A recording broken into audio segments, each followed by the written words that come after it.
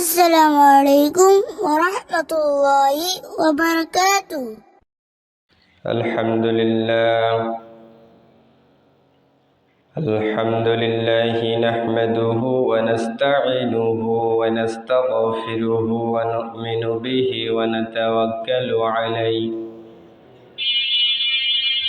ونعوذ بالله من شرور أنفسنا ومن سيئات أعمالنا. من يهدي الله فلا مضل له ومن يضلل فلا هادي له ونشهد أن لا إله إلا الله وحده لا شريك له وداعيا إلى الله بإذنه وسراجا وقمرا منيرا. أما بعد فأعوذ بالله من الشيطان الرجيم. بسم الله الرحمن الرحيم.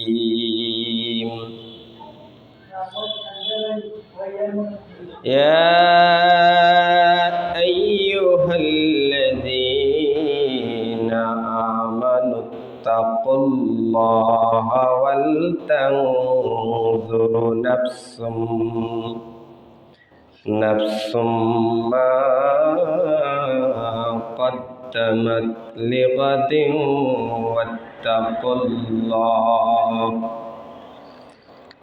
واتقوا الله إن الله خبير بما تعملون.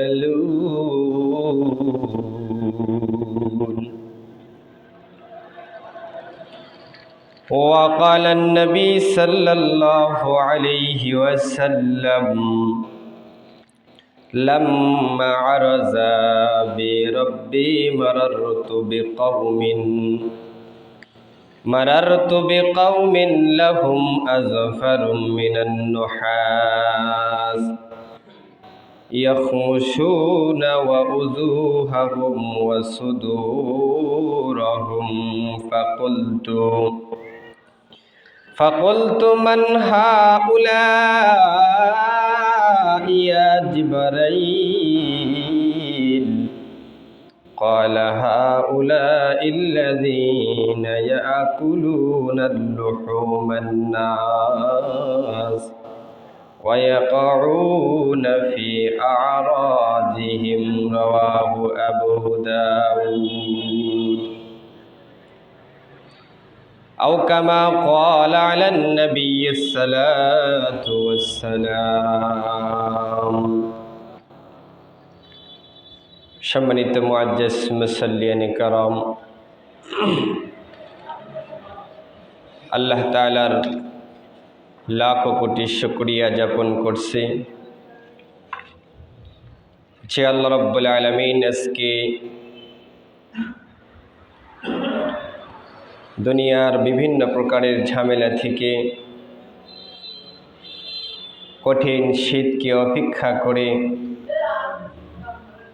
পবিত্র জুমা মোবারকের দিনে জুমা মসজিদে আসার এবং বসার তৌফিক দান করেছেন। সেই সঙ্গে মসজিদে আসার এবং বসার এবং কোরআন ও হাদিস থেকে কিছু বলবার এবং শোনার তৌফিক দান করেছেন। সেই মহান মালিকের দরবারে অন্তরের অন্তরস্থল থেকে কালিমাতুশ শুকুর জ্ঞাপন করি, সকলে বলি আলহামদুলিল্লাহ। অজস্র কোটি দরুদ সালাম নাজিল হোক বিশ্বের মানবতার মুক্তির দিশারি যে গর্গোসাই আমেনা হজরত রসুল করিম সকলে মুহাব্বতেন বলি সাল্লাল্লাহু আলাইহি ওয়াসাল্লাম। মুআজ্জাজ হাজিরিন, গত সপ্তাহের জুমায় আমরা হযরত নবী করিম সাল্লাল্লাহু আলাইহি ওয়াসাল্লামের ইসরা ও মিরাজ এর সফর এর পূর্ণ বিবরণ সহ তাত্ত্বিক আলোচনা আপনাদের সামনে পেশ করেছিলাম।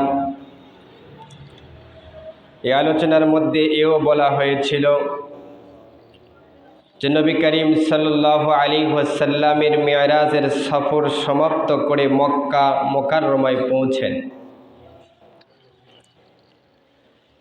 আজকের জুমায় আমরা আলোচনা করব ইসরা ও মিরাজের সফর যে নবী আলাইহিস সালাতু ওয়াস সালাম করেছিলেন। এই সফর থেকে ফেরার পর নবীজি সাল্লাল্লাহু আলাইহি ওয়াসাল্লামের সাথে মক্কাবাসীর কাফেরদের ঘটনা ঘটে যাওয়া ঘটনা বলি, এবং নবী সাল্লাল্লাহু আলাইহি ওয়াসাল্লাম এই আসমানি সফরে জান্নাত জাহান্নাম সহ ঊর্ধ্ব জগতে যে সমস্ত কুদরতি নির্দেশনা বলি অবলোকন করেছেন তার বর্ণনা করার চেষ্টা করব। ওয়া তাওফিক ইল্লা বিল্লাহ। মুআজ্জাজ হাজিরিন, কুরাইশদের কাফের কর্তৃক নবী সাল্লাল্লাহু আলাইহি ওয়াসাল্লামের মেরাজকে অস্বীকার করা এবং এর কুদরতি জবাব আল্লাহ তাআলার পক্ষ থেকেই আল্লাহ রাব্বুল আলামিন দিয়েছেন। রাতের কিছু অংশের মধ্যেই নবী সাল্লাল্লাহু আলাইহি ওয়াসাল্লামের পক্ষে মক্কা মুকাররমা থেকে বাইতুল মাকদাস প্রায় 1600 কিলোমিটার রাস্তা, যা ছিল তখনকার সময়ের 1 মাসের রাস্তা। যাওয়া আসা করা সমস্ত নবী আলাইহিস সালাতু ওয়াস সালামকে নিয়ে বাইতুল মাকদাসে নামাজের ইমামতি করা, ওখান থেকে পুনরায় আকাশ ভ্রমণ করা, প্রত্যেক আসমানে বিশিষ্ট নবীগণের সাক্ষাৎ লাভ করা এবং আল্লাহ তাআলার দিদার লাভ করা, জান্নাত জাহান্নাম পরিদর্শন করে আবার মক্কায় ফিরে আসা, এই সকল ঘটনাবলী সম্পর্কে রাসূলুল্লাহ সাল্লাল্লাহু আলাইহি ওয়াসাল্লাম যখন পরের দিন ভোরবেলা বর্ণনা দিলেন, তখন কুরাইশের কাফেররা তা অসম্ভব মনে করে নবী করিম সাল্লাল্লাহু আলাইহি ওয়াসাল্লামের কথাকে মিথ্যা প্রতিপন্ন করল এবং নানা অবান্তর প্রশ্ন করে তাকে হেনস্থ করার অপচেষ্টা করল। তারা বলতে লাগলো, বাইতুল মাকদাসের দরজা ও জানালা কয়টি, আশপাশে কি কি গাছ আছে ইত্যাদি। অথচ নবী আলাইহিস সালাতু ওয়াস সালাম দরজা জানালা গণনা করতে কি গিয়েছিল, নাকি আশপাশের গাছ দেখতে গিয়েছিল?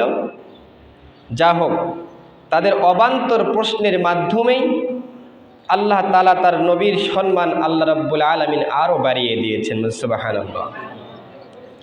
এবং তার হাবিবকে নতুন মুজিজা দেওয়া হয়েছে। রাত্রে মেরাজের মুজিজা, আবার দিনের বেলা এই অবান্তর প্রশ্নের মাধ্যমে আল্লাহ রাব্বুল আলামিন আরেক মুজিজা রাসূলকে দান করেছেন।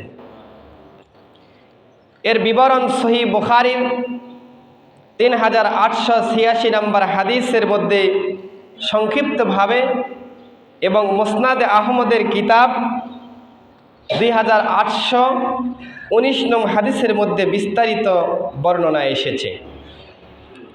বুখারীর সংক্ষিপ্ত বর্ণনায় এসেছে যে হযরতে জাবের রাদিয়াল্লাহু তাআলা থেকে হাদিসটি বর্ণনা করেছেন।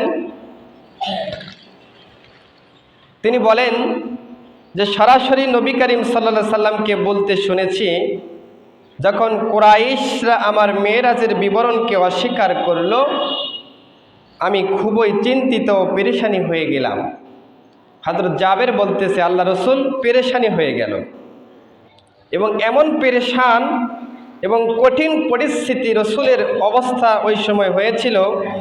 আমি হযরত জাবের বলেন, এই পতিত অবস্থায় রসুলকে আমি আর কখনো দেখি নাই। তখন বললেন রসুল সাল্লাল্লাহু আলাইহি সাল্লাম কাবার হিজর অংশে গিয়ে দাঁড়ালেন। আল্লাহ তাআলা তখন আমার সামনে বাইতুল মুকাদ্দাসকে তুলে ধরলেন, যার দরুন আমি দেখে দেখে বাইতুল মুকাদ্দাসের নিদর্শনগুলি তাদের কাছে বলে দিলাম, আর তাদের এক একটির আপত্তি ও প্রশ্নের জবাব প্রদান করছিল এর মাধ্যমে।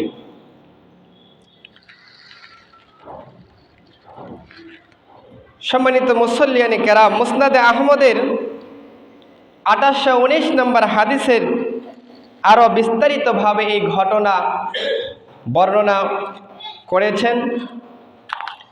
হযরতে আব্দুল্লাহ ইবনে আব্বাস রাদিয়াল্লাহু তাআলা থেকে হাদিসটি বর্ণনা করা আছে। হাদিসটি অনেক লম্বা, তাই আমি আপনাদের সম্মুখে হাদিসটি তেলাওয়াত করলাম না। এই হাদিসের সারসংক্ষেপ ঘটনাটি আপনাদের সম্মুখে তুলে ধরার চেষ্টা করব। হযরত আব্দুল্লাহ ইবনে আব্বাস রাদিয়াল্লাহু তাআলা থেকে বর্ণিত, হযরত নবী করিম সাল্লাল্লাহু আলাইহি ওয়াসাল্লাম ইরশাদ করেন, যখন আমাকে মিরাজে নিয়ে যাওয়া হলো এবং সকালে আমি মক্কায় ফিরে এলাম, তখন আমি এই বিষয়টি নিয়ে খুব চিন্তিত হলাম। আমি জানতাম যে লোকেরা আমার কথা শোনার পর আমাকেই তারা মিথ্যা প্রতিপন্ন করবে। আমি একান্তিক বিঘ্নে মনে বসেছিলাম। এমন সময় আল্লাহর শত্রু আবু জাহাল আমার কাছে এলো এবং বসে উপহাসের ভঙ্গিতে জিজ্ঞাসা করলেন, হালকানা মিন শাইইন, আজ কি কোনো বিশেষ ঘটনা ঘটেনি? আমি বললাম হ্যাঁ। সে জিজ্ঞাসা করলো, তা কি? নবী করিম বললেন, আমি বললাম, গত রাতে আমাকে মিরাজে নিয়ে যাওয়া হয়েছিল। সে বলল, কোথায়? আমি বললাম, বাইতুল মুকাদ্দাস। অর্থাৎ সে বলল, তারপর তুমি সকালে আমাদের মাঝে এসে উপস্থিত হয়েছ? আমি বললাম হ্যাঁ। সে আমাকে মিথ্যা প্রমাণ করার জন্য তাৎক্ষণিক কোনো প্রক্রিয়া দেখলো না, কারণ সে চাচ্ছিল আমার কথা যদি সে আমার সমাজের লোকদের কাছে উল্লেখ করে, তারা তাৎক্ষণিকভাবে বিষয়টি অস্বীকার করবে। অর্থাৎ সে আমাকে সবার সামনে লাঞ্ছিত করতে চাচ্ছে। এরপর সে বলল, যদি আমি তোমার সমাজের গোত্রের লোকদেরকে ডাকি, তুমি কি তাদেরকে এই কথা বলতে পারবে যা তুমি আমাকে বললে? রাসূল সাল্লাল্লাহু আলাইহি ওয়াসাল্লাম বললেন, হ্যাঁ, আমি বলতে পারবো। তখন আবু জাহেল চিৎকার দিয়ে ডাক দিলেন, ইয়া মাশারাল বনি কাব আল বনি লুই, হে বনি কালবের লোকেরা, হে বনি লুইয়ার লোকেরা, তোমরা সবাই এখানে আসো। এরপর আবু জাহেলের ডাক শুনে বনি হাশেম, বনু কালব এবং বনি লুইয়ার লোকেরা আবু জাহেল এবং রাসূলুল্লাহ সাল্লাল্লাহু আলাইহি সাল্লামের কাছে এসে সমবেত হলেন। এরপর তারা দলে দলে সেখানে উত্তাল হয়ে উঠল, সমবেত হলো। লোকজন এসে আমাদের দুজনের চারপাশে জড়ো হলো।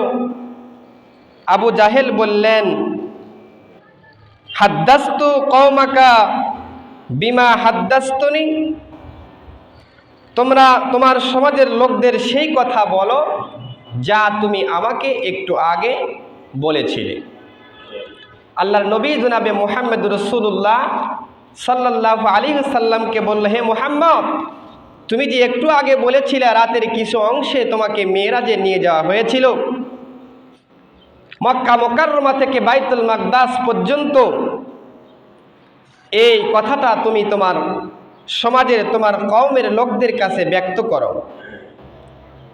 আল্লাহর নবী জনাবে মুহাম্মদ রাসূলুল্লাহ সাল্লাল্লাহু আলাইহি ওয়াসাল্লাম বললেন, ইন্নী উশিরু বিল লাইলাতি, গত রাতে আমাকে মিরাজে নিয়ে যাওয়া হয়েছিল। তারা বলল, কোথায়? তিনি বললেন, বাইতুল মাকদিস পর্যন্ত। তারা বলল, তারপর তুমি সকালে আমাদের মাঝে উপস্থিত হয়েছ? তিনি বললেন, হ্যাঁ, আমি উপস্থিত হয়েছি। এই কথা শুনে তখন কেউ হাততালি দিচ্ছিল, আবার কেউ অবাক হয়ে মাথায় হাত রাখছিল। তারা বলল, তুমি কি আমাদের মসজিদের বিবরণ দিতে পারবে, বাইতুল মাকদিসের বিবরণ দিতে পারবে?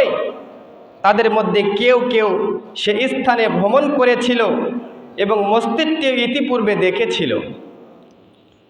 রাসূলুল্লাহ সাল্লাল্লাহু আলাইহি সাল্লাম বললেন, আমি বর্ণনা দিতে লাগলাম। বর্ণনা দিতে দিকে এক পর্যায়ে কিছু বিষয়ে সংশয় পতিত হলাম। তখন আল্লাহ তাআলা মসজিদে আকসাকে কুদরতিভাবে আমার সামনে উপস্থিত করে দিলেন। আমি সেটিকে দেখতে পেলাম। এটি এমনভাবে সামনে রাখা হয়েছিল যেন তার ওকাইল বা আকিলের ঘরের কাছাকাছি স্থানে। আমি সেটা দেখে দেখে বর্ণনা করতে লাগলাম। আমার বর্ণনা শুনে লোকজন বলাবলি করতে লাগলো, আল্লাহর কসম, তিনি যা কিছু বর্ণনা করলেন তা সবই ঠিকভাবে বর্ণনা করেছেন। যা কিছু বর্ণনা করলেন তা তো সবই ঠিক বলেছেন। মুহতারাম হাজিরিন, এভাবে আল্লাহ তাআলার হযরত নবী করিম সাল্লাল্লাহু আলাইহি সাল্লামকে সত্য প্রমাণিত করলেন এবং তার প্রিয় হাবিবকে মেরাজের মতো বিশাল মুজিজার পরের দিন ভোরে আরেকটি মুজিজা দান করলেন। তা হলো সরাসরি বাইতুল মাকদাসকে নবীজির চোখের সামনে তুলে ধরা। কাফের নবীজি সাল্লাল্লাহু আলাইহি সাল্লামকে কে যত অসম্মান করতে চেয়েছে, আল্লাহ তাআলা তাকে তার সম্মান তত বৃদ্ধি করেছেন, দান করেছেন। হযরতে আবু বকর সিদ্দিক রাদিয়াল্লাহু তাআলা এখানে উপস্থিত ছিলেন না।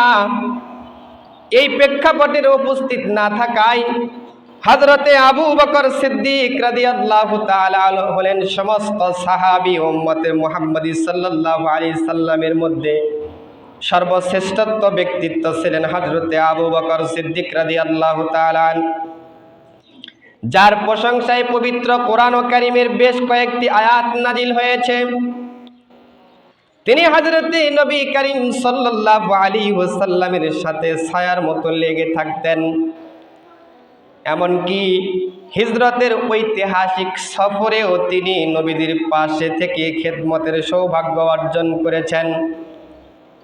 নবীজি সকল কথা বিনা দ্বিধায় তিনি সংযয়ে মাথা পেতে মেনে নিতেন। হযরতে নবী করিম সাল্লাল্লাহু আলাইহি ওয়াসাল্লাম মেরাজ থেকে ফেরার পর যখন এই ঘটনা জনাজনি হলো, তখন কাফেরেরা তা শুনে হাসাহাসি ঠাট্টা বিদ্রুপ করতে লাগলো এবং তারা ধরে নিল যে এটা কেউ বিশ্বাস করবে না, এমনকি মুসলমানরাও পর্যন্ত বিশ্বাস করবে না বলে ভেবেছিল। সেই সূত্রে ধরে কাফেরেরা মেরাজের ঘটনা শোনার পর আল্লাহ রাসূল সাল্লাল্লাহু আলাইহি ওয়াসাল্লামের সবচাইতে কাছের লোক হযরতে আবু বকরের কাছে এলেন, যার বিবরণ তাফসিরে ইবনে কাসিরের ৫ম নম্বর খণ্ড ১৪ নম্বর পৃষ্ঠার মধ্যে এসেছে। যখন মুশরিকরা রাসূলুল্লাহ সাল্লাল্লাহু আলাইহি ওয়াসাল্লামের কথা শুনল যে তিনি এক রাতে ১ মাসের পথ ভ্রমণ করে আবার সেই রাতেই ফিরে এসেছেন, তারা আবু বকর রাদিয়াল্লাহু তাআলার কাছে এসে বললেন, হে আবু বকর, তোমার সঙ্গী মুহাম্মদের ব্যাপারে কি তুমি কিছু শুনেছ নাকি? তিনি বলেছে যে তিনি নাকি এক রাতে এত দীর্ঘ পথ পাড়ি দিয়ে সফর করেছেন, জান্নাত জাহান্নাম ভ্রমণ করেছেন, আল্লাহ তাআলার দিদার লাভ করেছেন, এরপরে আবার মক্কা নগরীতে ফিরে এসে ফজরের নামাজ আদায় করেছেন। আল্লাহর নবী জনাবে মুহাম্মদ রাসূলুল্লাহ সাল্লাল্লাহু আলাইহি ওয়াসাল্লামের মেরাজের ঘটনাটি হযরতে আবু বকর সিদ্দিক রাদিয়াল্লাহু তাআলার কাছে ব্যক্ত করলেন। আল্লাহর নবী সাহাবী হযরতে আবু বকর রাদিয়াল্লাহু তাআলা আনহু বললেন, ইন কানা ক্বালা লাহু ফাকাদ সাদাকা ওয়া ইন্না সাদ্দাকা ফিহা হুয়া আবআদা মিন হাদা নুসাদ্দাকু আলা খাবরিস সামা। আল্লাহর নবীর সাহাবী হযরতে আবু বকর সিদ্দিক রাদিয়াল্লাহু তাআলা যদি তিনি একথা বলতেন যে অবশ্যই সত্য, আবু বকর বললেন যে কথাটা তোমরা আমাকে শোনাইলা এই কথাটা আল্লাহ রসুল কি নিজ মুখ থেকে বলেছে কিনা? তারা বলল, হ, তোমার দোস্ত মুহাম্মদ এই কথাটি নিজে মুখে বলেছেন। আবু বকর বললেন, আল্লাহর নবী যখন নিজ মুখে বলেছেন, আমি আবু বকর না শুনে কথাটি বিশ্বাস করে ফেললাম। কারণ আসমানও বিশ্বাস করে, আমি কেন বিশ্বাস করব না? আমাদের আসমানি অদৃশ্যের খবর যে দিতে পারে, সে কেন এ কাজ করতে পারে না? এই ঘটনার পর থেকে হযরতে আবু বকর সিদ্দিক রাদিয়াল্লাহু তাআলা আনহুর মুজিজা, হযরতে আবু বকর সিদ্দিকের উপাধি হয়েছে সিদ্দিক। মুহতারাম হাজিরিন, মেরাজের রাত্রে দেখা নবী আলাইহিস সালাতু ওয়াস সালামের কুদরতি নিদর্শনাবলীর বিবরণ আল্লাহ রাসূল দিয়েছেন। এই রাত্রির সফরে আল্লাহ রসুলকে কি কুদরত দেখিয়েছেন, কি পাপের কি শাস্তি, তাও আল্লাহ রসুলকে দেখিয়েছেন। জান্নাত জাহান্নাম ভ্রমণ করিয়েছেন। আল্লাহ রাব্বুল আলামিনের গুরুত্বপূর্ণ আদেশ নির্দেশগুলি আল্লাহ দেখিয়েছেন। আমরা সবাই জানি সেই ঐতিহাসিক মেরাজের রাত্রে নবী আলাইহিস সালাতু ওয়াস সালাম অসংখ্য কুদরতের নিদর্শনাবলী প্রত্যক্ষ করেছিলেন। জান্নাত জাহান্নাম দেখার পাশাপাশি তিনি অনেক গুনাহগারের অবস্থাও প্রত্যক্ষ করেছিলেন। সেগুলো থেকে কিছু বিষয় উল্লেখ করছি যেন আমরা সেখান থেকে শিক্ষা গ্রহণ করতে পারি, সমস্ত গুনাহ থেকে বেঁচে থাকতে পারি। প্রথমে আমরা কয়েকটি নিয়ামতের কথা আলোচনা করব। জান্নাতি হুরের দর্শন আল্লাহ রসুল দেখেছেন। নবী করিম সাল্লাল্লাহু আলাইহি ওয়াসাল্লাম যখন জান্নাত ও জান্নাতের নিয়ামত বলি দেখলেন, তখন হযরতে জিবরাইল আলাইহিস সালাতু ওয়াস সালামকে বললেন, জান্নাতের হুর দেখেছ? এই বিষয়ে তাফসিরে ইবনে কাসিরের ৫ম নম্বর খণ্ড ১১৫ নম্বর পৃষ্ঠার মধ্যে লিপিবদ্ধ আছে। আল্লামা ইবনে কাসির রহমাতুল্লাহ আলাইহি সুন্দরভাবে তাফসির উপস্থাপন করেছেন। জিবরাইল আলাইহিস সালাতু ওয়াস সালাম নবীকে বলল, হে মুহাম্মদ সাল্লাল্লাহু আলাইহি ওয়াসাল্লাম, আপনাকে আপনার রবের কাছে হুর আইন দেখার জন্য প্রার্থনা করেছেন? নবীজি সাল্লাল্লাহু আলাইহি সাল্লাম বললেন, হ্যাঁ। তখন জিবরাইল বললেন, তাহলে ওই মহিলাদের কাছে যান, তাদেরকে সালাম করুন, তারা জান্নাতের ওই বিশাল পাথরের বাম পাশে বসে আছে। নবী করিম সাল্লাল্লাহু আলাইহি সাল্লাম বললেন, আমি তাদের কাছে গেলাম, সালাম প্রদান করলাম, তারা আমার সালামের জবাব দিল। অতঃপর আমি বললাম, তোমরা কারা? তারা বলল, আমরা হলাম সুন্দরী উৎকৃষ্ট রমণী, আমরা আপনার উম্মতের নেককার বান্দাদের জন্য স্ত্রী হিসাবে প্রস্তুত হয়ে আছি, যারা আমাদের কাছে নির্মল ও পবিত্র থাকবে এবং কখনো নোংরা হবে না, কখনো অপবিত্র হবে না, আমাদের পাশে সর্বদা থাকবে, কখনো ছেড়ে যাবে না, চিরস্থায়ী জীবন পাবে, কখনো তাদের মৃত্যুবরণ হবে না, মৃত্যু আসবে না। আল্লাহর নবী জনাবে মুহাম্মদুর রাসূলুল্লাহ সাল্লাল্লাহু আলাইহি ওয়াসাল্লাম তাদেরকেও প্রত্যক্ষ করেছেন জান্নাতে। জাহান্নামের প্রধান ফেরেশতার সাথে সাক্ষাৎ হয়েছে। নবী করিম সাল্লাল্লাহু আলাইহি ওয়াসাল্লাম বলেন, জান্নাতের হুরদের সাথে কথা বলে কিছু দূর এগিয়ে যাওয়ার পর আমার সাক্ষাৎ হলো জাহান্নামের প্রধান ফেরেশতার সাথে, যার বিবরণ তাফসির ইবনে কাসিরের ৫ম নম্বর খণ্ড ১৪ নম্বর পৃষ্ঠার মধ্যে লিপিবদ্ধ করা আছে। এই পৃষ্ঠার মধ্যে বর্ণনা এসেছে, আল্লাহর নবী জনাবে মুহাম্মদুর রাসূলুল্লাহ সাল্লাল্লাহু আলাইহি ওয়াসাল্লাম যখন অতঃপর কিছু দূর অগ্রসর হয়ে জিবরাইলকে বললেন, জিবরাইল, আমি ঊর্ধ্ব জগতে যাদের পাশে দিয়ে অতিক্রম করছিলাম সকলে আমাকে হাস্যাজ্য চেহারা স্বাগত জানিয়েছে, আমাকে হাসি খুশিতে স্বাগতম জানিয়েছে, কিন্তু একমাত্র একজন ব্যক্তি ব্যতীত আমি তাকে সালাম দিলাম, সে আমার সালামের জবাব দিয়ে স্বাগতম জানিয়েছে ঠিকই, কিন্তু তার মুখে হাস্যোজ্জ্বল অবস্থা ছিল না, তার মুখের মধ্যে কোনো হাসি ছিল না। তখন জিবরাইল বললেন, হে মুহাম্মদ সাল্লাল্লাহু আলাইহি ওয়াসাল্লাম, ওই লোকটি হলো জাহান্নামের ফেরেশতা, জাহান্নামের রক্ষক মালিক ফেরেশতা। সৃষ্টির পর থেকে কোনোদিন এখন পর্যন্ত একবার মুস্কি হাসি পর্যন্ত দেয় নাই। যদি তিনি কাউকে দেখে হাসতেন তবে অবশ্যই তিনি আপনাকে দেখেও হাসতেন, কিন্তু যেহেতু কোনোদিন সেও তো হাসেন না, এই জন্য তিনি কিয়ামতের আগ পর্যন্ত কোনোদিন তার মুখের মধ্যে হাসি ভাব দেখা যাবে না। প্রিয় মুসল্লিয়ানে কেরাম, জাহান্নাম কতটা ভয়াবহ তা এই ঘটনা থেকেই কিছু অনুমান করা যায়। জান্নাতের জাহান্নামের ফেরেশতা যে রক্ষক মালিক ফেরেশতার চেহারার মধ্যে জাহান্নামের ভয়ে কখনো হাসি আসে নাই। এমন জাহান্নামের ভয়াবহতা, কিছু সুনির্দিষ্ট পাপের ভয়ঙ্কর শাস্তি আল্লাহর নবী সেই মেরাজের রাত্রিতে দেখেছেন, যা আমাদের কাছে বর্ণনা দিয়েছেন। মুহতারাম হাজিরিন, আমরা নিম্নে কিছু মারাত্মক পাপের কথা আমি আপনাদের সামনে তুলে ধরার চেষ্টা করব। পাপের ভয়ঙ্কর কিছু শাস্তির বিবরণ উল্লেখ করব, যা হযরত নবী করিম সাল্লাল্লাহু আলাইহি ওয়াসাল্লাম মেরাজের রাত্রে জাহান্নামে দেখেছিলেন। আমরা প্রতিটা গুনাহের বিবরণ থেকে শিক্ষা নিব এবং সে সমস্ত গুনাহ থেকে বেঁচে থাকার চেষ্টা করব।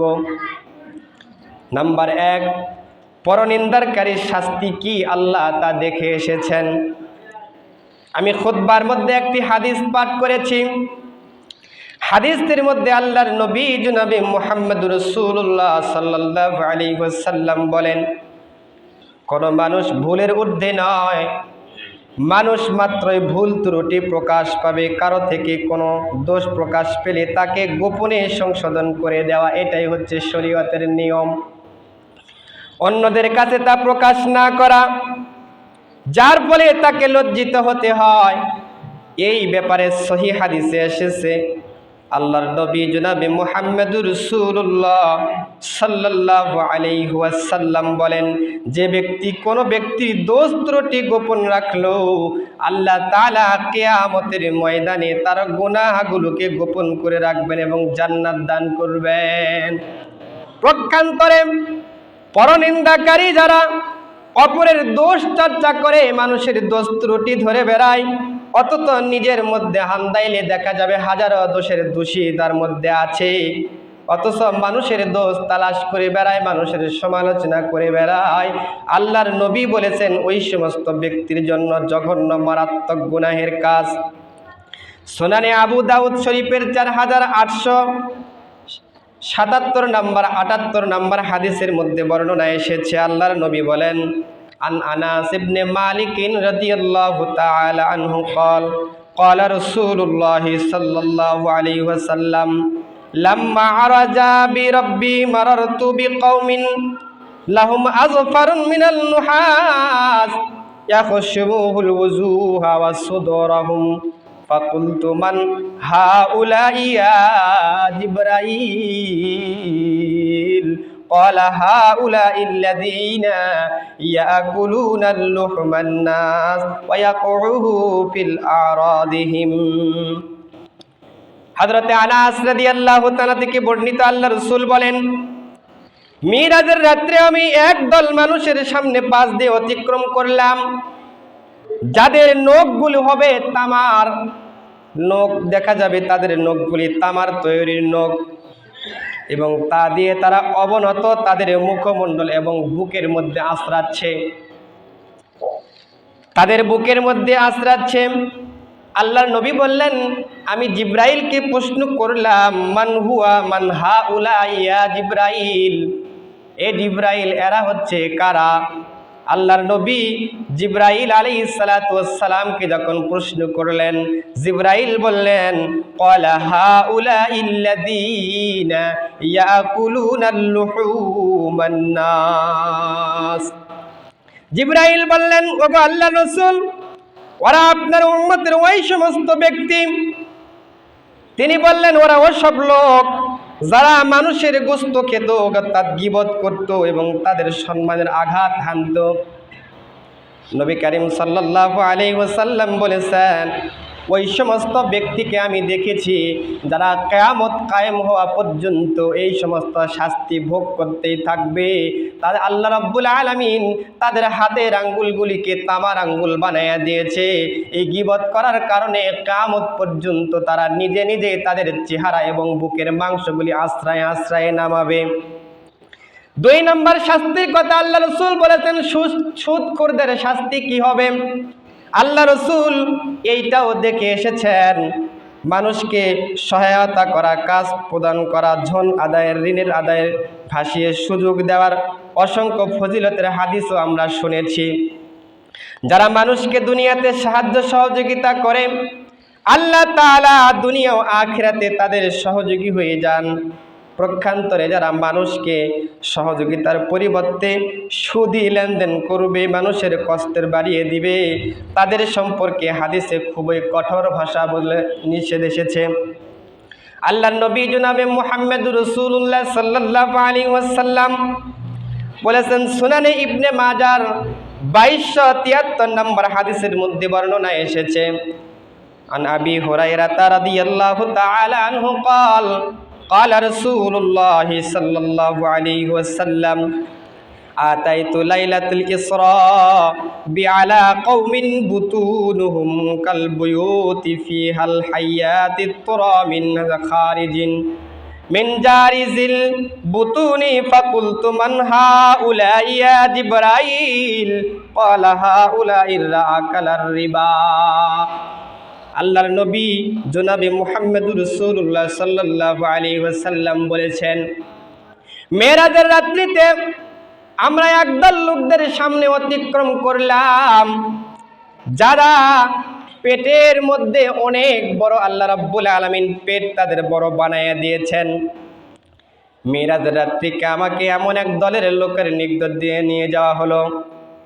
তাদের পেট ছিল ঘরের মতো বিশাল, তার মধ্যে ছিল, আমি দেখতাম, সাপ ভর্তি করা আছে। বাইরে থেকে দেখা যায়।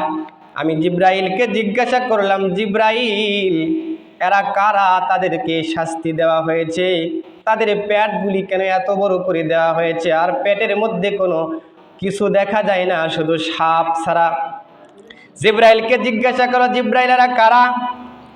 জিব্রাইল বলল, এরা হলো ওই সমস্ত ব্যক্তি আপনার উম্মতের মধ্যে যারা মানুষকে সাহায্য সহযোগিতা করা ছাড়া তাদের ঋণ দিত, সুদের মাধ্যমে ঋণ দিত, সুদ খাইত, ওই সমস্ত ব্যক্তিকে আল্লাহ রাব্বুল আলামিন কিয়ামত পর্যন্ত এই সমস্ত শাস্তি দিতে থাকবে।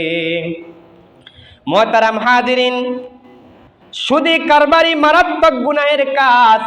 সুদ খাওয়াও মানে নিজের মায়ের সাথে জিনা ব্যভিচার করা, মারাত্মক গুনাহের সাথে যুদ্ধ করা, আল্লাহ তাআলার সাথে যুদ্ধ করা, মুসলমানদের সাথে যুদ্ধের ঘোষণা করা একই শামিল। আল্লাহ তাআলা সবাইকে আমাদেরকে কাজ থেকে হেফাজত করুক, আমিন। বদ আমলের কারণে আল্লাহ রাসূল সাল্লাল্লাহু আলাইহি সাল্লাম বলেছেন, প্রিয় হাজিরিন, আমি যে বিষয়টা এবার বলবো, এই বিষয়টা বলতে গিয়ে আমার অন্তরটা কেঁপে ওঠে। যখন তাফসিরে কিতাবের মধ্যে দেখলাম, জানি না এর অন্তর্ভুক্ত আমিও হয়ে যাই কিনা। বর্তমান ওয়াজের বাজার গরম, বক্তার বাজারও গরম। এক সময় ওয়াজ ও বক্তৃতার এত মানুষের হিদায়েতের মাধ্যম হতো, এখন অধিকাংশ স্থানে ওয়াজ বা মাহফিল হয় অর্থ উপার্জনের মাধ্যমে। মাহফিল কমিটিরও নামে মাহফিলের নামে টাকা কালেকশন করে, টাকা উত্তোলন করছে। অপরদিকে বক্তারাও টাকা উপার্জনের কাজে নেমে গিয়েছে। চাই সে বক্তা ভালো হোক না হোক, ইদানিং দেখা যাচ্ছে যেখানেই মাহফিল হচ্ছে, মাহফিল আয়োজন করা হচ্ছে, সেখানকার মাহফিল কমিটি ভাইরাল বক্তা খোঁজে। চাই সে ভালে আলেম হোক বা মোত্তাকি হোক বা না হোক, তাতে কোনো যায় আসে না, সে ভাইরাল কিনা সেটা আমরা দেখি। তার আমল কীরকম দেখি না। সে কোরআন হাদিসের কথা বলে না, এমনি কিচ্ছা কাহিনী বলে চলে যায়, এগুলি আমরা দেখি না। সে ইউটিউবে ভাইরাল নাকি নেট জগতের মধ্যে ভাইরালত্ব অর্জন করতে পেরেছে নাকি সেটাই আমরা দেখি। সে আলেম হোক বা জালেম হোক, সে ওয়াইজে হোক বা কোনো গায়ক হয়ে যায় না হোক না কেন, তাকে আমরা ওয়াজের মাঠে নিয়ে এসেছি। মোট কথা, বর্তমান ওয়াজের নামে মাহফিলগুলো হোক, আমলদার হোক বা না হোক, এভাবে কোনো পরোয়া আমরা করি না। অধিকাংশ ওয়াজ শব্দ দূষণ হয়ে যাচ্ছে, আওয়াজ নসিহত হচ্ছে না, আওয়াজ নসিহত হচ্ছে, ওয়াজ নসিহত সেখানে হচ্ছে না, তেমন কোনো নসিহত হচ্ছে না। বহু বক্তা, বহু ওয়াইজ এসে টাকা কম পেয়ে ঝগড়াও করে থাকে। এমন বাজারি আলেমি বক্তাদের সম্পর্কে হাদিসে ভয়ঙ্কর কথা এসেছে। আল্লাহর নবী জনাবে মুহাম্মদুর রাসূলুল্লাহ সাল্লাল্লাহু আলাইহি ওয়াসাল্লাম বলেছেন, হাদিসটি মুসনাদে আহমদ কিতাবের মধ্যে 12211 নম্বর হাদিসের মধ্যে বর্ণনা এসেছে। হযরত আনাস ইবনে মালিক রাদিয়াল্লাহু তাআলা আনহু বলেন, মিরাজের রাত্রে আমি একদল লোকদের সামনে পাশ দিয়ে অতিক্রম করলাম, জাহান্নামের কাঁচি দিয়ে তাদের ঠোঁটটাকে কাটা হচ্ছিল। আমি জিব্রাইলকে বললাম, এরা কারা? ফেরেশতা বলল, এরা হলো পৃথিবীর সেসব বক্তা যারা অন্যকে ভালো কাজের নির্দেশ দিত এবং নিজের কথা তাকে ভুলে থাকতো, আমল করতো না। তারা কোরআন তেলাওয়াত করত, কিন্তু তারা এমন এটা বুঝতো না, বোঝার চেষ্টাও করতো না, এই কোরআনকে তারা বানিয়েছিল টাকা কামাইয়ের একটা স্থান। আল্লাহর নবী জনাবে মুহাম্মদুর রাসূলুল্লাহ সাল্লাল্লাহু আলাইহি ওয়াসাল্লাম আরেকটি হাদিসের মধ্যে একটা কথাও বলেছেন। আল্লাহর নবী বলেন, বর্তমান জামানার মানুষেরা মনে করে যে ওলামায়ে কেরাম, আলেম ওলামা মাদ্রাসার ছাত্রদের রেজেক হচ্ছে আমাদের হাতের মধ্যে। এই কথাটি হচ্ছে ভুল। আল্লাহর নবী জনাবে মুহাম্মদুর রাসূলুল্লাহ সাল্লাল্লাহু আলাইহি ওয়াসাল্লাম বলেছেন, আল্লাহ রাব্বুল আলামিন যেদিন রূহ জগৎকে সৃষ্টি করে, প্রত্যেকটা রূহকে সৃষ্টি করেছে, দুনিয়ার মধ্যে আসার পর মৃত্যু পর্যন্ত এই ব্যক্তিটা কয় টাকা কামাই করবে, কোন খাতে কামাই করবে, কিভাবে রোজগার করবে, কিভাবে ব্যয় করবে, আল্লাহ রাব্বুল আলামিন সব রিজিকের ব্যবস্থা করে দুনিয়ার মধ্যে প্রেরণ করেছেন। যাই হোক, আজকে আমরা মনে করি কোরআনটা শুধু মাদ্রাসাতে পড়ার জন্য, আমরা শুধু মনে করি এই কোরআনটা শুধু আমার বাবা মরে গেলে খতম করার জন্য, আমরা মনে করি কোরআনটা এতিমখানার জন্য, কোরআনটা আমার মা মরে গেল তার জন্য কুলখানি করার জন্য খতম করাটাই হচ্ছে কাজ, কোরআনটাও যে মসজিদে তেলাওয়াত করাটাই কাজ, কোরআনটা বুঝি নামাজের মধ্যে তেলাওয়াত করার কাজ। আল্লাহ রসুল বলেছেন, না, কোরআন তো শুধু তোমার বাবা মার মৃত্যুর কোণে পড়ার পোষা আসে নাই, কোরআনটা শুধু মক্তবে থাকার জন্য আসে নাই, কোরআনটা শুধু মসজিদের মেম্বারে থাকার জন্য আসে নাই, কোরআন এসেছে পৃথিবীর যত ইজম আছে সমস্ত ইজমকে ধ্বংস করার জন্য। কোরআন পৃথিবীর মধ্যে এসেছে এই পৃথিবীতে যত মানব রচিত বিধান আছে, যত মানব রচিত সংবিধান আছে, সমস্ত ইজমকে মাটির নিচে চাপা দেওয়ার জন্য আল্লাহ রাব্বুল আলামিন পবিত্র কোরআন নাজিল করেছেন। সেই কোরআনকে আমরা বাদ দিয়ে, সেই কোরআনের বিধানকে বাদ দিয়ে কোরআনকে শুধু মসজিদের মেম্বারে সীমাবদ্ধ রেখেছি, মসজিদের মেম্বারের মধ্যে ক্ষান্ত করেছি। কোরআনকে আমরা সংসদ পর্যন্ত নিয়ে যাই না, কোরআনকে আমরা সমাজের শাসন খাতের ব্যবহার করি না, কোরআন শুধু ব্যবহার করি আমরা বাবা মা মরে গেলে কুলখানিতে খতম করা যায় কিনা, চালিশাতে খতম করা যায় কিনা, এতিমখানায় পড়ানো যায় কিনা, এটাই তো আমরা ভেবে নিয়েছি। এজন্য আজকে দুনিয়ার জনগণ ভেবে নিয়েছে এতিমখানা যদি আমরা টাকা না দেই তাহলে তারা রিজিক পাবে কেমনে, এটা ধারণা ভুল। আল্লাহ রাব্বুল আলামিন সৃষ্টির আগেই তার রিজিকের ব্যবস্থা করে পৃথিবীর মধ্যে প্রেরণ করেছেন। যাই হোক, মাঝখানে জুমলায় মুতারেজা হিসাবে একটা কথা বললাম, কোন প্রাণীকে কষ্ট দিতে নাই আল্লাহ রাসূল সাল্লাল্লাহু আলাইহি ওয়াসাল্লাম মিরাজের রাত্রিতে এই কথাও দেখে এসেছেন। পৃথিবীর সারা প্রায় সমস্ত বস্তুই ভেঙে গেলে বা নষ্ট করে ফেললে ঠিক করা যায়, জোড়া লাগা যায়, কিন্তু প্রাণ এমন একটা জিনিস, এমন একটা আল্লাহ তাআলার সৃষ্টি যা ভেঙে গেলে কখনো জোড়া লাগে না। কেউ যদি একবার তা নষ্ট করে ফেলে তা কখনো ফিরে আসে না। এই জঘন্য প্রাণের দাম অনেক, আবার অনেকের কাছে এই প্রাণের কোনো দামই নাই। যাই হোক, কেউ যদি একবার তা নষ্ট করে ফেলে তা কখনো ফেরানো সম্ভব নয়। এই জন্য প্রাণের দাম অনেক বেশি, চাইছে মানুষের হোক বা কোনো প্রাণীর হোক, তবে মানুষের প্রাণের সবচেয়ে মূল্যবান। এজন্য কোনো প্রাণ রক্ষা করা যেমন সওয়াবের কাজ, তেমনি প্রাণের ক্ষতি করাও মারাত্মক গুনাহের কাজ। সহিহ মুসলিম শরীফের 5754 নম্বর 65 নম্বর হাদিসের মধ্যে এসেছে, আল্লাহর নবী জনাবে মুহাম্মদুর রাসূলুল্লাহ সাল্লাল্লাহু আলাইহি ওয়াসাল্লাম বলেন, আল্লাহর নবী সরকারে দো আলম পয়গম্বর রাসূলুল্লাহ সাল্লাল্লাহু আলাইহি ওয়াসাল্লাম বলেন, হযরতে আব্দুল্লাহ ইবনে ওমর রাদিয়াল্লাহু তাআলা থেকে হাদিসটি বর্ণনা করা আছে। তিনি বলেন, নবী করিম সাল্লাল্লাহু আলাইহি ওয়াসাল্লাম মেরাজের রাত্রি জাহান্নামের মধ্যে ওই নারীকেও দেখেছেন, শাস্তি ভোগ করতে দেখেছেন। দেখলাম যে একটি বিড়ালকে বেঁধে রেখেছিল, যে একটা বিড়ালকে কয়েকদিন পর্যন্ত বেঁধে রেখে খাবার দেয় নাই, যার কারণে ক্ষুধার্ত অবস্থায় বিড়ালটি মারা গিয়েছে। এর কারণে তাকে জাহান্নামের আগুনে জ্বালানো হচ্ছে, সেটাও আল্লাহ রাসূল দেখেছেন। এরপর এটাকে আহারও দেয়নি, ছেড়েও দেয়নি, যাতে জমিনের পোকামাকড় খেয়ে জীবন ধারণ করতে পারে। শেষ পর্যন্ত বিড়ালটি ক্ষুধায় ছটফট করতে করতে মারা গিয়েছে। মুসলিম শরীফের মধ্যে হাদিসটি এনেছেন। মুহতারাম হাজরিন, দেখুন একটু নগণ্য প্রাণী বিড়ালকে হত্যার দরুন এই মহিলাকে জাহান্নামে যেতে হয়েছে। অথচ সহিহ বুখারীর অন্য এক হাদিসে বর্ণনা এসেছে, এক ব্যভিচারিণী মহিলা কুকুরকে পানি পান করিয়ে জান্নাতে চলে গিয়েছেন। এরকম ঘটনাও এসেছে হাদিসের মধ্যে। এই জন্য আমাদের মনে রাখতে হবে, সৃষ্টির সেরা স্রষ্টার সৃষ্টি মানুষ, এই মানুষকে কোনোভাবে আঘাত দেওয়া যাবে না, মানুষের মন কখনো ভাঙ্গা যাবে না। যারা কোরআনের কে ত্যাগ করেন, কোন আমলকে ত্যাগ করেন, প্রিয় ভাইয়েরা, আমরা কোরআনের বিশ্ব মানবতার মুক্তির সনদ মনে করি। যা কোরআনকে আঁকড়ে ধরার দ্বারা সফলতা, যা কোরআনের পিছনে রাখা তা ছিল বিফল। বর্তমান অনেক মানুষ নামাজ আদায় করে, যাকাত প্রদান করে, রোজা রাখে, কিন্তু কোরআনের বিধান অনুযায়ী চলে না। কোরআনের আইন ভালো লাগে না, তার মনে কাজে সমাজের কাজে লাগায় না, দেশ ও রাষ্ট্র কাজে লাগায় না, সামাজিক রাষ্ট্রীয় আইন কানুন কোরআনের বিধানে সাজায় না। আর শুধু মসজিদের ভিতরে, মাদ্রাসার ভিতরেই শুধু কোরআন থাকবে, কথা মনে করি আমরা নাউজুবিল্লাহ। যারা কোরআনের বিধানকে অবহেলিত করবে বা কোরআনকে মুখস্থ করে ভুলে যাবে, তাদের জন্য রয়েছে কঠোর শাস্তির বিধান। সহিহ বুখারীর ৭,৪47 নম্বর হাদিসের মধ্যে বর্ণনা এসেছে, আল্লাহর নবীর সাহাবী সামুরা ইবনে জানদুব রাদিয়াল্লাহু তাআলা আনহু থেকে বর্ণিত, তিনি বলেন, আল্লাহর নবী বলেন দীর্ঘ হাদিসের মধ্যে, তার বলেন রাসূল বলেন, তার স্বপ্নের বর্ণনা দেন। ভাবতে বলেন, আমার কাত হয়ে শোয়া এক ব্যক্তির কাছে নাকি পৌঁছিলাম, দেখলাম অন্য এক ব্যক্তির কাছে পাথর নিয়ে দাঁড়িয়ে আছে। তার সে মাথার নিক্ষেপ করছে, ফলে তার মাথা ফাটিয়ে ফেলছে, যার পাথর চটকে গড়ে অন্য জায়গায় চলে যাচ্ছে।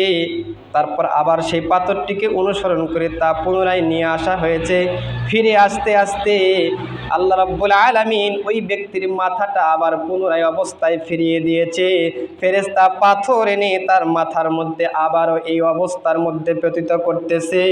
আল্লাহর নবী হযরতে জিবরাইল আলাইহিস সালাতু ওয়াস সালামকে জিজ্ঞাসা করল, ওগো জিবরাইল, কারা? আল্লাহর নবী সরকারে দো আলম নবীকে প্রশ্নের উত্তর দিলেন, ওগো জিবরাইল, ওরা ওই সমস্ত ব্যক্তি যারা কোরআন শিখেছে কিন্তু কোরআনের বিধান অনুযায়ী আমল করে নাই। মানুষ শীতের মধ্যে উঠে ফজরের নামাজ আদায় করেছে, আর এই সমস্ত ব্যক্তি ফজরের নামাজ ব্যতীত মসজিদের মধ্যে আসে নাই, বাড়ির মধ্যে কম্বল মুড়ি দিয়ে ঘুমায়েছে।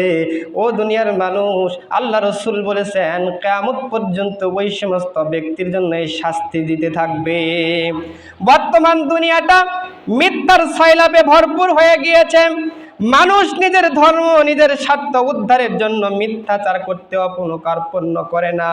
বিশেষে বর্তমানে অনলাইনে যাচাই বাছাই ছাড়াই বিভিন্ন কথা শেয়ার করা দেখা যায়, মানুষ এর মাধ্যমে প্রতারিত হয়। অথচ মিথ্যা কত জঘন্যতম পাপ, মিথ্যার শাস্তি কত কঠোর, তা নিম্নে হাদিসে আল্লাহর নবী জনাবে মুহাম্মদ রাসূলুল্লাহ সাল্লাল্লাহু আলাইহি ওয়াসাল্লাম বয়ান করেছেন। আল্লাহর নবী দীর্ঘ হাদিসের মধ্যে উল্লেখ করে বলেন, তারপর তিনি কাত হয়ে শোয়া এক ব্যক্তির নিকট পৌঁছিলেন। তখন দেখলেন এক ব্যক্তি লোহার কড়া নিয়ে দাঁড়িয়ে আছে, আর সে তার চেহারার একটি দিক থেকে আরেকটি দিক পর্যন্ত কাটতেছে। আল্লাহর নবী জনাবে মুহাম্মদ রাসূলুল্লাহ বললেন, আমরা মেরাজের রাত্রিতে জাহান্নামের এমন এক জায়গা থেকে অতিক্রম করলাম, দেখা যাচ্ছে একজন মানুষ আরেকজন মানুষের পাশে দাঁড়িয়ে আছে। ওই ব্যক্তির ভিতরে হাতের মধ্যে একটি আগুনের কেচি দ্বারা সর্বপ্রথম ডান দিক থেকে তার কাটার কর্তন করা হচ্ছে। ডান চোয়ালের মধ্যে ঢুকে দিয়ে আগুনের কেচি দ্বারা এভাবে কাটতে কাটতে কাটতে তার মাথার মগজ পর্যন্ত পৌঁছানো হচ্ছে।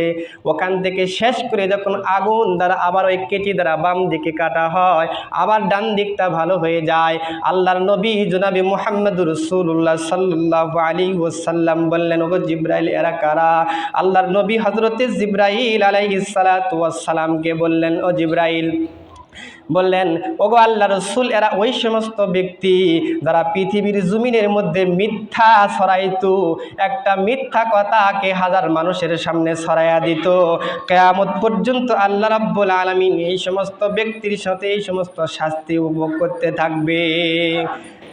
মুহতারাম হাজিরিন, আল্লাহ রসুল সাল্লাল্লাহু আলাইহি সাল্লাম শেষ যে গুনাহের কথা বর্ণনা করেছেন, বর্তমান সমাজে বিবাহটা অনেক কঠিন হয়ে গিয়েছে, জিনা ব্যভিচার সহজ হয়ে গিয়েছে। বিবাহের কথা আসলেই সবারই প্রশ্ন করে, বিয়ে করে কি খাওয়াবে, কি পড়াবে। অথচ এই ছেলে যখন তার যৌনতা নিবারণের জন্য অবৈধ পন্থা অবলম্বন করে, তখন এই সমাজ চুপ থাকে। এই সমাজ দ্বিতীয় বা তৃতীয় বিবাহ করলে মানুষ খারাপ দৃষ্টিতে দেখে, কিন্তু 4-5 জনের সাথে পরকীয়া করলে, অবৈধ রিলেশনে থাকলে মানুষ সেটা খবরও জানে না। যার ফলে যে সমাজ আজ বিবাহ যত কঠিন, সেই সমাজে যত জিনা শত অবৈধ তত সহজ হয়ে যায়। অথচ এই জিনা কত মারাত্মক ভয়াবহ অপরাধ, কোরআন ও হাদিসে বর্ণিত আছে, কোনো ইয়াত্তা নেই। আল্লাহ তাআলা জিনার নিষিদ্ধতার কথা বলতে গিয়ে বলেন, ইন্নাদ-যিনা লা তাকরাবুজ যিনা, তোমরা জিনার নিকটবর্তী পর্যন্ত হয় না, জিনার কাছে তো যাওয়া দূরের কথা, জিনার ধারে কাছেও যেও না, জিনা করো না, জিনা করা তো দূরের কথা। জিনার ভয়াবহতা সম্পর্কে নিম্নে বুখারী শরীফের একটি হাদিসের মধ্যে বর্ণনা এসেছে। আল্লাহর নবী জনাবে মুহাম্মদুর রাসূলুল্লাহ সাল্লাল্লাহু আলাইহি ওয়াসাল্লাম বলেন, তিনি আরো বলেন, আমরা বলতে চলতে চলতে তন্নুর অর্থাৎ চুলার মতো একটি গর্তের কাছে পৌঁছিলাম। সেখানে শোরগোল ও নানা শব্দ হচ্ছিল। আমরা তাতে উকি মেরে দেখলাম তাতে বেশ কিছু অলঙ্গ নারী পুরুষ আছে, আর নিচে থেকে নির্গত আগুন লেলিহান শিখা তাদের স্পর্শ করছে। যখন ওই লেলিহান শিখা তাদের স্পর্শ করছে, তখন তারা উচ্চস্বরে চিৎকার করে উঠছে। তারা হলো ব্যভিচারিণী নারী। আল্লাহর নবী জনাবে মুহাম্মদ রাসূলুল্লাহ সাল্লাল্লাহু আলাইহি ওয়াসাল্লাম বলেছেন, ওই চুলার মুখটা ছিল এত চিকন, আর চুলার ভিতরটা ছিল অনেক প্রশস্ত, যার মধ্যে অলঙ্গ নারী পুরুষ দেখা যেত। আমরা যখন উকি মারলাম, দেখলাম তার মধ্যে যখন আগুনের লেলিহান শিখাগুলি উপরের দিকে ওঠে, যেরকম আমরা যখন চুলার মধ্যে জাল দেওয়ার পর পাতিলে যখন জালটা বেশি লেগে যায়, ভাতের পাতিল থেকে অনেক ভাত চটকে বাহিরের মধ্যে পড়তে চায়, আবার চুলার মধ্যে চলে যায়। দেখা যায় ওই চুলার মধ্যে ওই লোকগুলি আগুনের শিখার কারণে উপর দিকে উঠে আসছিল, কিছুক্ষণের মধ্যে আবার ভিতরে যায়। আল্লাহর নবী জনাবে মুহাম্মদ রাসূলুল্লাহ সাল্লাল্লাহু আলাইহি সাল্লাম জিবরাইলকে জিজ্ঞাসা করলেন, গো জিবরাইল, এরা হচ্ছে কারা? আল্লাহর নবী জনাবে মুহাম্মদ রাসূলুল্লাহকে প্রশ্নের উত্তর দিয়ে বললেন, ওগো আল্লাহর রাসূল, এরা ওই সমস্ত ব্যক্তি যারা বিবাহের কাজে বৈধ তাগাদ দিয়া তারা অবৈধভাবে জিনার সম্পর্ক কায়েম করে দুনিয়াতে কাটাইতো। এদের শাস্তি কিয়ামত পর্যন্ত আল্লাহ রাব্বুল আলামিন এভাবে দিবি থাকবে।